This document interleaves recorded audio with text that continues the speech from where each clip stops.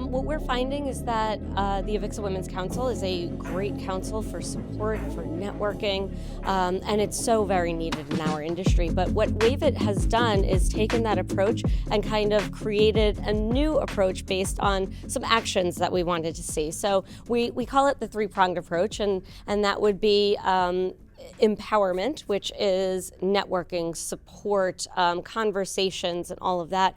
Education, so that's going to be giving people the skills, teaching people the skills to not only move up in their career, but to start a career in AV. So think professional development. And then also recruitment. So we want new women to come into the industry. We need to be the change that we want to see, right? And so we are giving them a mirror image of what their roles could be. So really exemplifying a woman's role in the industry to help with recruitment for other women.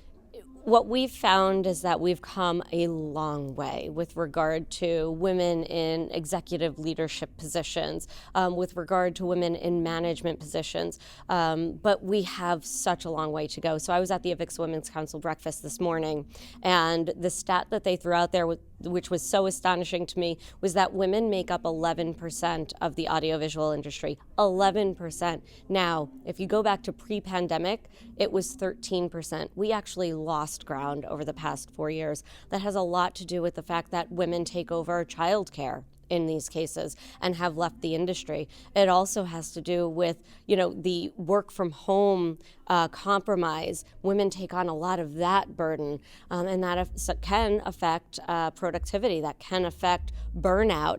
And there's a lot of women who just chose to leave the industry at that time. And it has nothing to do with man versus woman characteristics. It's just traditional gender roles are still very prevalent in our world. And so to have lost 2% doesn't sound like a lot, but when it's only 11%, it's a lot. What I find is that as long as we continue to be active, we continue to promote women into highly visible positions, but also management, supervisory, and leadership positions. As long as we continue to create mentors and to have those mentors, whether they're men or women, know how to empower a woman specifically.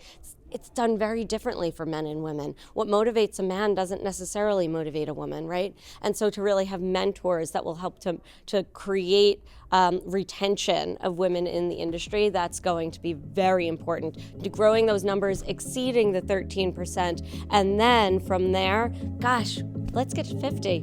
52% of the world are women, and we need to mirror that in our industry.